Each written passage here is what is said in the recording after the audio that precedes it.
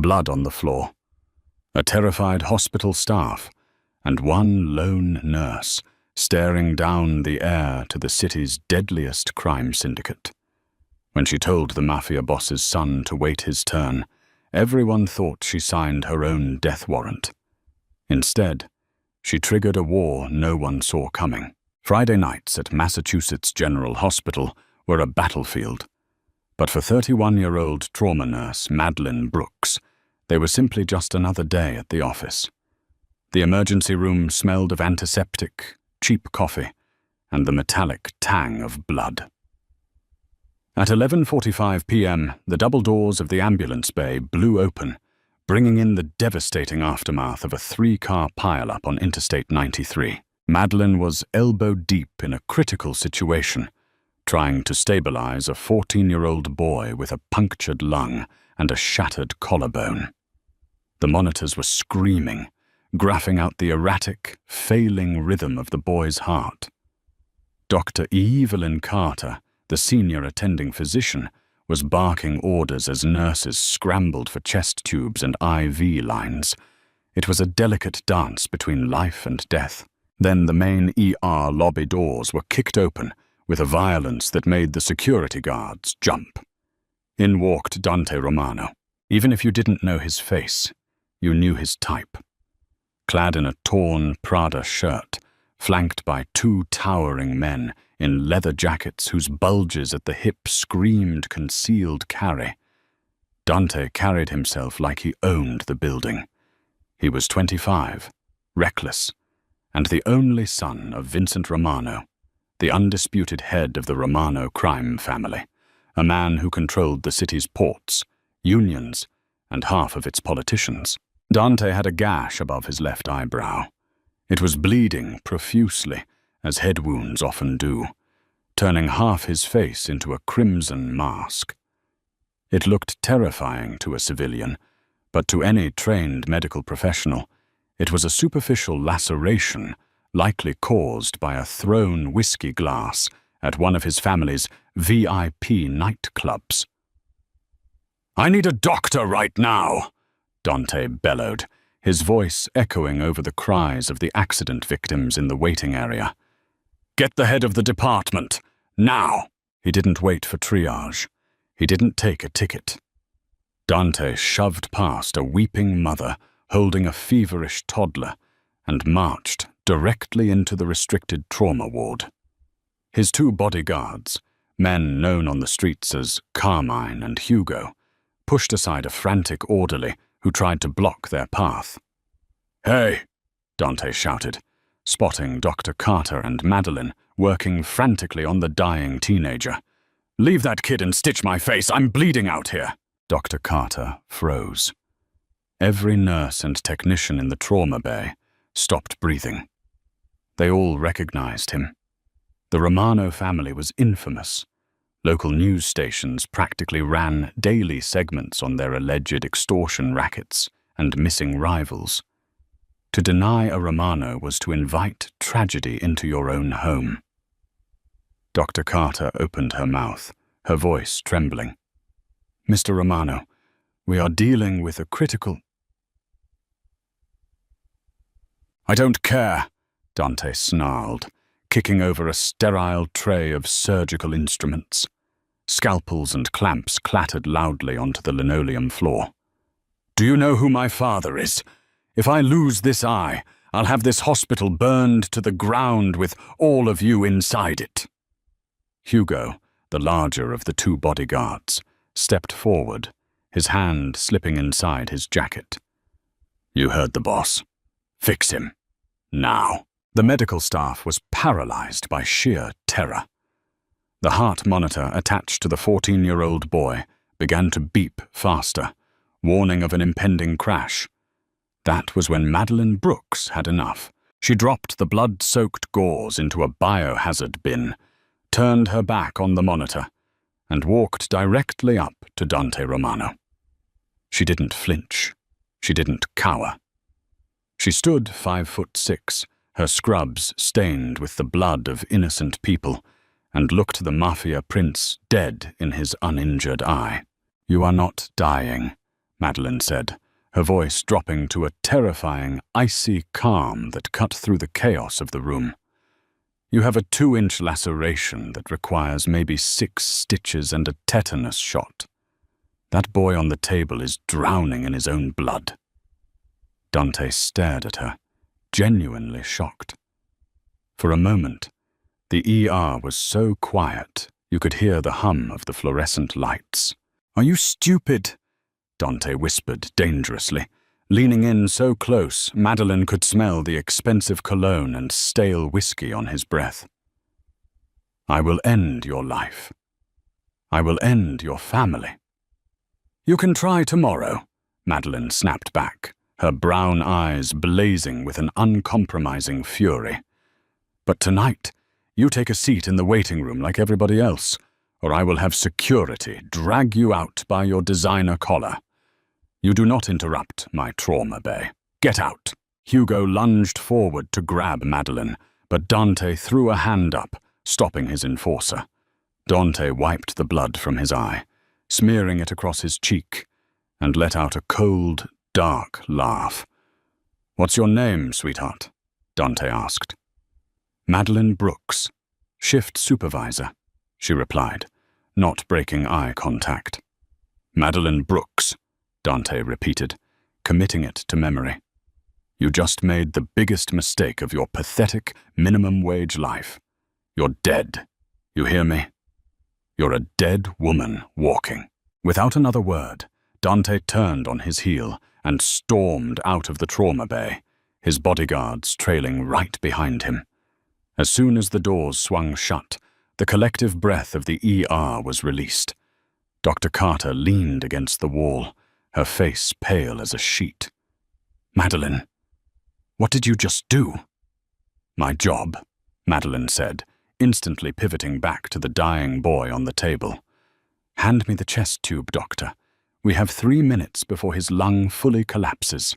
By 3 a.m., the adrenaline had worn off, leaving a cold, heavy dread in the pit of Madeline's stomach. The 14-year-old boy had survived surgery and was resting securely in the ICU.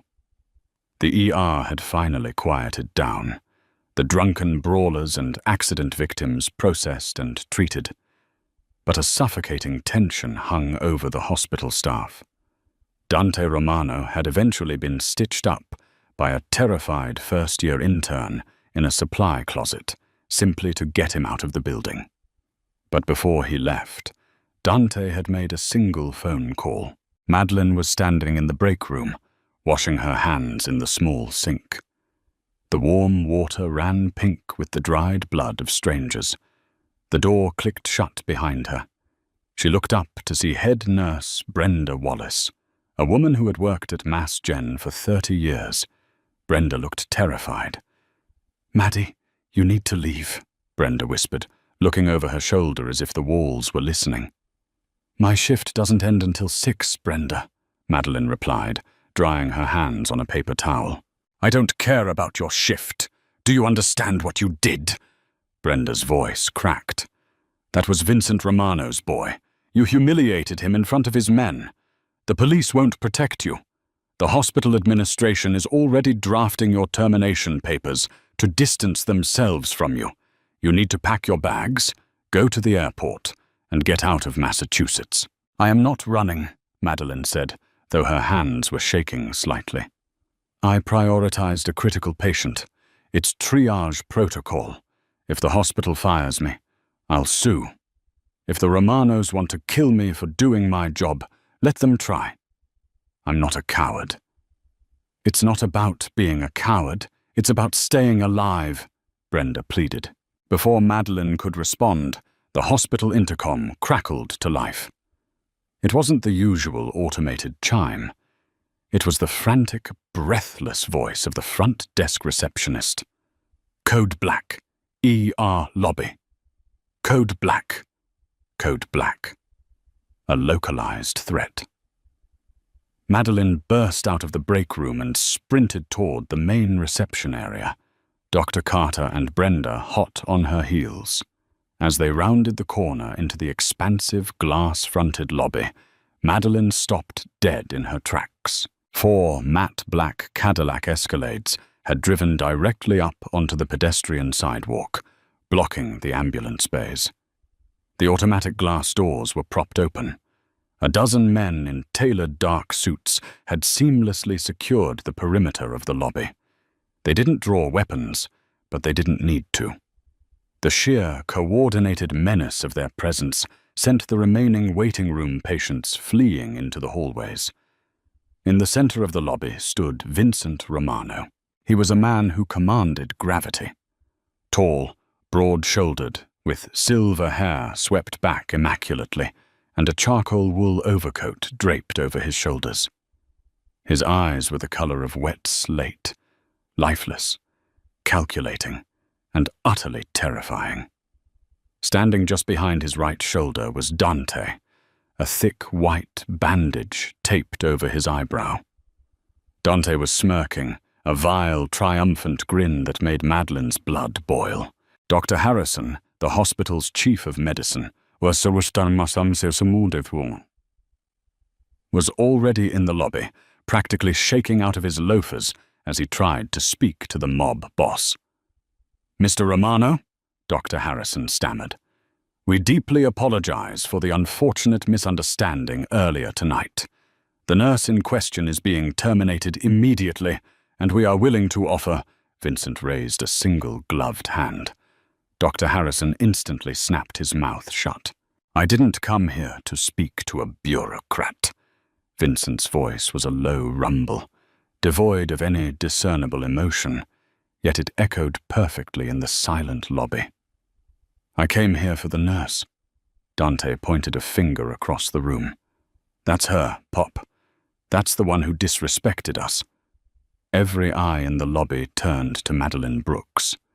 Her colleagues stepped away from her, instinctively distancing themselves from the blast zone. She was completely, utterly alone. Madeline swallowed the lump of terror in her throat. Her legs felt like lead, but her pride refused to let her cower. She stepped forward, out of the hallway, and into the center of the lobby, stopping 10 feet away from the most dangerous man on the East Coast. "I am Madeline Brooks," she said, her voice ringing out clear and steady. "I'm the nurse who treated your son." Vincent Romano stared at her. He looked her up and down, taking in her blood-stained scrubs, her exhausted posture, and the defiant fire in her eyes. The silence stretched on for agonizing seconds. It felt like an execution was about to happen, right there, under the fluorescent hospital lights. "My son tells me you refused to treat him," Vincent said slowly. "He tells me you threatened him with security. He tells me you humiliated the Romano name in front of this entire hospital." "Your son," Madeline replied, refusing to break his gaze, "demanded a trauma team for a minor scratch while a 14-year-old boy was dying from a crushed chest cavity. I did not humiliate your name, Mr. Romano. Your son did that all by himself by acting like a spoiled child." Gasps echoed from the nurse's station. Dr. Harrison looked like he was about to faint. Dante's face twisted in rage. "You stupid!" Dante lunged forward, raising his fist to strike Madeline right there in the lobby. Crack! The sound of flesh hitting flesh echoed like a gunshot. Madeline squeezed her eyes shut, bracing for the impact. But the blow never came. She opened her eyes. Dante Romano was sprawled on the linoleum floor, holding his jaw, staring up in absolute shock. Vincent Romano stood over him, having just backhanded his own son with enough force to floor a grown man. Vincent didn't even look at Dante. His cold, slate-gray eyes remained entirely fixed on Madeline. "Get up, Dante," Vincent ordered, his voice laced with disgust, "and go wait in the car." "Pop, what are you doing?" Dante whined, tasting blood from his split lip. "She disrespected us." "She did her job," Vincent roared, the sudden explosion of anger making even his own heavily armed enforcers flinch. You come into a hospital, crying about a glass cut, interrupting doctors trying to save a child's life. You are an embarrassment to this family.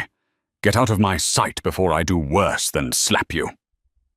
Dante, humiliated and trembling with rage, scrambled Trorsel to his feet and stormed out the sliding glass doors, disappearing into one of the idling escalades. The hospital lobby was dead silent. Madeleine stood frozen, her mind struggling to process the impossible scene that had just played out. Vincent Romano took a deep breath, adjusting the cuffs of his coat, instantly returning to his terrifyingly calm demeanor. He took 2 steps closer to Madeleine. "Miss Brooks," Vincent said, his tone entirely shifted. It wasn't a threat anymore. It was an assessment. "Do you know how many people have told my son no in his entire life?" Madeleine shook her head slowly. "None," Vincent said softly. "Until tonight. You looked at a gun pointed at your career, maybe even your life, and you chose the dying boy on the table. You couldn't be bought, and you couldn't be bullied." Vincent reached into the inner pocket of his suit. The hospital security guards tensed, but he merely withdrew a sleek, black business card and held it out to her. "I don't need a sycophant, Miss Brooks," Vincent said, leaning in slightly. "My personal physician passed away last week. I am an old man in a dangerous line of work, and I have a private, state-of-the-art medical facility at my estate. I need someone who won't shake when the blood starts pouring. Someone who tells the truth, no matter who is standing in front of them." Madeleine looked at the black card in his hand, then back up to his eyes. "You want to hire me?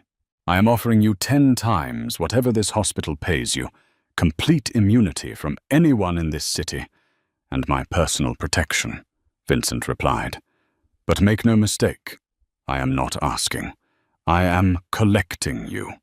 Because a war is coming to Boston, Madeleine, and you are the only nurse I trust to keep me alive when it starts." The transition from the sterile, chaotic environment of Massachusetts General Hospital to the sprawling, fortified Romano estate in Weston was incredibly jarring. Madeleine Brooks found herself standing in a subterranean medical suite that rivaled the finest surgical theaters in the entire country. Stainless steel tables, state-of-the-art trauma bays, an on-site blood bank, and a fully stocked pharmacy lined the meticulously clean walls. It was a gilded cage, Persu operating entirely off the grid. She was officially the highest-paid nurse in New England, but the currency was loyalty, and the penalty for failure was death. Vincent Romano had kept his word. Madeleine was treated with absolute deference by the heavily armed men patrolling the sprawling grounds. She was given a luxurious suite in the East Wing and a dedicated bodyguard, a quiet, intensely lethal man named Lorenzo. Lorenzo was Vincent's underboss, an orphan raised within the syndicate who possessed eyes like shards of blue ice and a demeanor so calm it was genuinely unnerving. Unlike Dante's chaotic, fragile ego, Lorenzo carried the quiet confidence of a man who never needed to raise his voice to command a crowded room. From the moment Madeleine arrived, Lorenzo was a shadow by her side, watching her with a complex mix of suspicion and undeniable, slow-burning intrigue. For the first 3 weeks, the job was surprisingly peaceful. Madeleine managed Vincent's hypertension, monitored his cardiac health, and treated minor injuries sustained by the estate's guards during routine business disputes. The underlying tension, however, was incredibly suffocating. Dante roamed the estate like a caged, rabid animal. His pride had been utterly shattered in the hospital lobby, and his father's open preference for Lorenzo's counsel only fueled his toxic resentment. Every time Dante looked at Madeleine, His eyes promised terrible violence.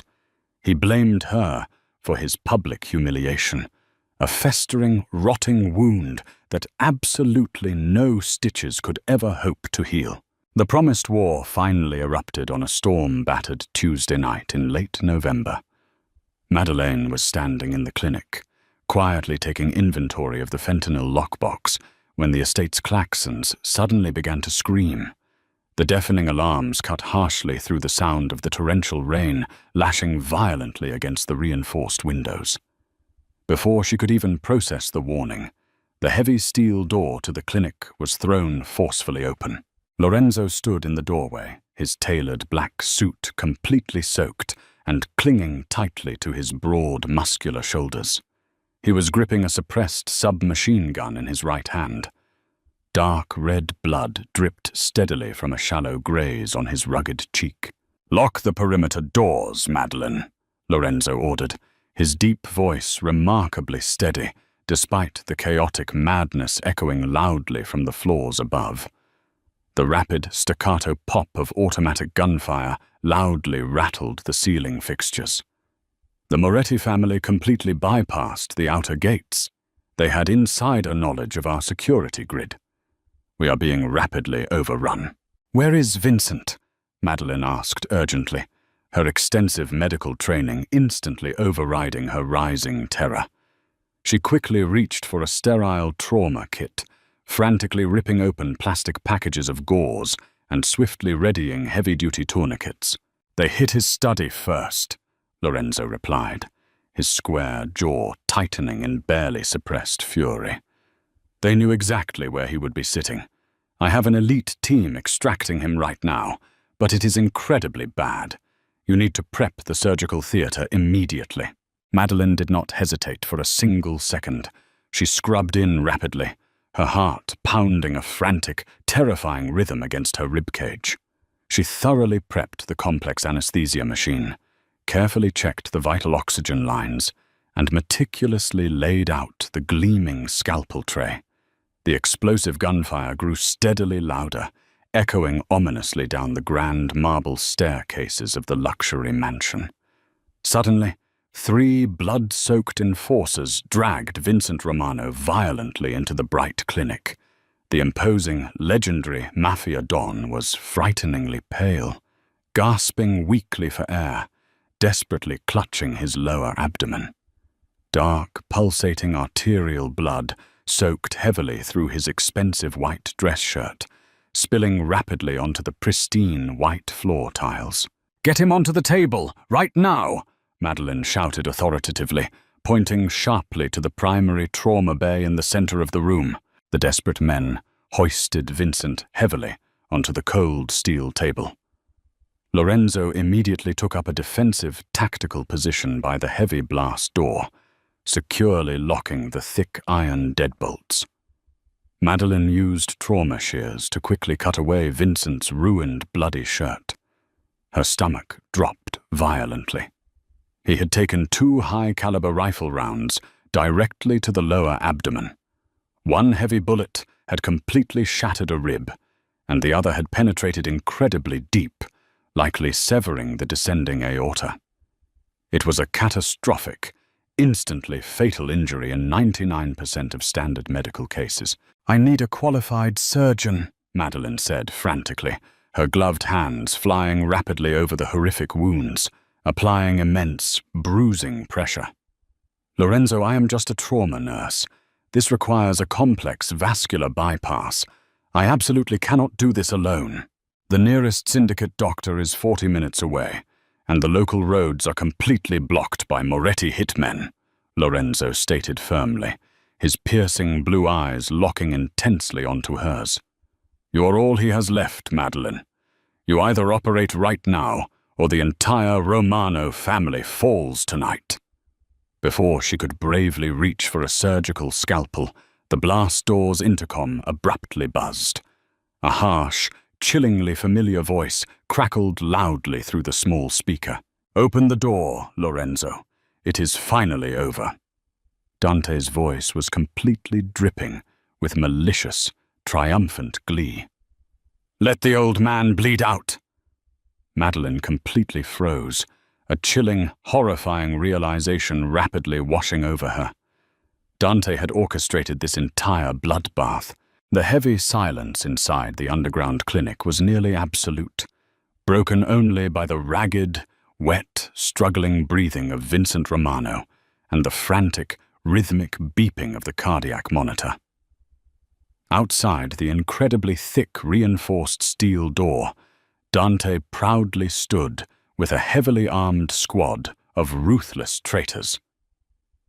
He had cowardly sold his own father to the rival Moretti family, cruelly trading blood for an early, unearned inheritance and the absolute unchecked power he so desperately, pathetically craved. "Open the door, Lorenzo!" Dante shouted angrily, violently banging the heavy butt of a tactical rifle against the steel. "The Morettis own the entire estate. My father's pathetic loyalists are all dead. If you simply open the door, I will let you walk away freely. You can safely leave the city. Just step aside gracefully and let that arrogant, worthless nurse fail." Lorenzo did not move a single inch toward the locked door. Instead, he calmly checked the loaded magazine of his weapon, his handsome expression rapidly hardening into a terrifying mask of pure, lethal, unwavering resolve.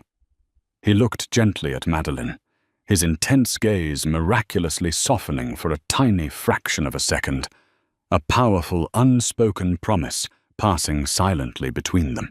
"Do your job, Madeline," Lorenzo said softly, yet firmly. "I will do mine. He is absolutely not coming through that door." Madeline took a sharp, desperate, steadying breath. She willfully tuned out the angry shouting. She willfully tuned out the violent gunfire that rapidly resumed echoing endlessly through the marble corridors. She focused entirely on the dying, bleeding man on the cold table. She quickly injected a heavy, precise dose of propofol, expertly intubated Vincent with practiced, flawless efficiency, and bravely grabbed a sharp surgical scalpel. Her delicate hands, which had trembled violently in the break room of Massachusetts General Hospital, were now entirely, miraculously still. She bravely made the very first critical incision, carefully opening the damaged abdominal cavity. The internal, hidden bleeding was truly massive. Thick crimson blood pooled incredibly rapidly, completely obscuring her narrow field of vision. She desperately grabbed a plastic suction tube, frantically clearing the bloody area until she finally spotted the severely severed artery. It was a jagged, horrifyingly complex tear. Relying purely, desperately on the thick emergency combat medicine manuals she had obsessively read during her quiet night shifts, Madeline successfully clamped the spurting artery, her slender fingers incredibly slick and painfully cramping from the immense, sustained physical effort. A loud, explosive, terrifying crash violently shook the clinic walls. Dante had ruthlessly brought military explosives to forcefully breach the heavy blast door. Grey dust rained heavily down from the ceiling, threateningly contaminating the delicate, sterile field. "I desperately need more time," Madeline screamed loudly over the deafening, ringing noise, desperately trying to properly suture the ruined vascular tissue. "You firmly have all the precious time in the entire world," Lorenzo replied smoothly. He quickly moved to the secondary, hidden armory locker built seamlessly into the clinic wall, smoothly retrieving 2 heavy, deadly fragmentation grenades and a brutal tactical shotgun. The heavy blast door buckled violently inward with a sickening metallic groan as a powerful second explosive charge successfully detonated. The thick locking mechanisms completely shattered. The heavy steel door swung violently open, instantly revealing Dante, standing arrogantly in the thick grey smoke, securely flanked by 4 heavily armed, ruthless mercenaries. I specifically told you, Lorenzo. Dante sneered cruelly, aggressively raising his black rifle. It is finally my time now. Lorenzo didn't waste a single breath on a useless reply. He ruthlessly pulled the metal pins on both deadly grenades and forcefully hurled them directly into the narrow, crowded corridor outside the clinic, instantly diving gracefully behind a heavily reinforced steel medical supply cabinet. The twin deafening detonations were absolutely catastrophic, sending a massive, violent shockwave ripping through the small room that brutally knocked Madeline directly to her bruised knees. Lethal shrapnel tore viciously through the narrow corridor, instantly and permanently neutralizing the heavily armed mercenaries. Dante, shielded only slightly by the thick metal doorway, was thrown violently backward, his heavy weapon clattering uselessly across the bloody floor. Before the thick smoke could even begin to slowly clear, Lorenzo vaulted swiftly over the heavy cabinet, smoothly racking the tactical shotgun with a truly terrifying, loud metallic clack. He stepped confidently out into the totally ruined, bloody hallway. Madeline clearly heard Dante screaming loudly, pathetically begging for mercy, desperately pleading with the quiet man he had once falsely called a loyal brother. A single booming shotgun blast instantly silenced him forever. Madeline dragged herself desperately back up to the cold operating table. Vincent's critical vitals were rapidly crashing. The sensitive monitor alarmed incredibly violently. She frantically grabbed the heavy defibrillator paddles, swiftly charged them to 200 powerful joules, and forcefully pressed them firmly against his bare, bloody chest. "Clear!" she shouted loudly, powerfully shocking the dying Mafia boss. His heavy body arched violently off the flat table. A terrifying flatline hummed loudly through the quiet room. "No, you absolutely don't!" Madeline growled angrily, stubbornly charging the heavy paddles once again. "You forcefully brought me into this terrible hell. You absolutely do not get to cowardly die on my table. Clear!" The powerful second shock delivered seamlessly. The sensitive monitor hesitated greatly, a very long, truly agonizing pause stretching out into an endless eternity, before a single, steady, beautiful beep echoed loudly in the quiet room. Then a second one, and another. The chaotic rhythm completely stabilized. The massive bleeding was totally contained. She had miraculously achieved the totally impossible. She had successfully pulled the terrifying devil himself safely back from the fiery brink of hell. Lorenzo walked slowly back into the quiet clinic, his expensive suit totally ruined, his handsome face completely covered in dark soot and red blood. He looked quietly at the steady monitor, then safely down at the deeply unconscious, incredibly stabilized form of Vincent Romano. Finally, his striking eyes rested gently on Madeline. She was completely covered in dark blood, utterly exhausted, desperately clutching the sharp edge of the operating table just to forcefully keep herself standing upright. Lorenzo walked slowly, purposefully over to her, completely bypassing the horrific carnage. He gently, warmly reached out, his incredibly large, softly calloused hand wiping a fresh smear of dark blood affectionately from her pale cheek. The freezing, icy distance in his striking eyes had completely, beautifully melted away, wholly replaced by a truly profound, endlessly burning, passionate devotion. "You miraculously saved him," Lorenzo whispered deeply, stepping impossibly, warmly close, his broad chest lightly brushing delicately against hers. "I simply did my job," Madeline replied quietly, her soft voice trembling very slightly as she looked bravely up into his incredibly intense, gorgeous gaze. "No," Lorenzo corrected very softly, his gentle thumb slowly, lovingly tracing the delicate line of her jaw. You wonderfully saved this entire family. You beautifully saved me. And from this very night forward, Madeline Brooks, there is absolutely nothing in this entire dark world I will not endlessly do to fiercely protect you. The bloody Mafia war had truly just begun. But as Lorenzo's strong, warm hand rested gently on her waist, Madeline clearly realized she was absolutely no longer a helpless captive trapped in a dangerous gilded cage.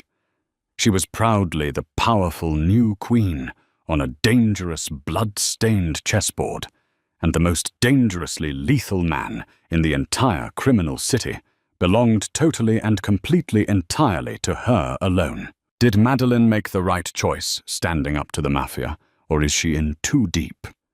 If you loved this intense medical romance drama, smash that like button and share this story with your friends. Don't forget to subscribe to our channel for more thrilling stories, unexpected plot twists, and dangerous romances every single week. Drop a comment below telling us what you would have done in Madeline's shoes. Turn on notifications so you never miss a new video.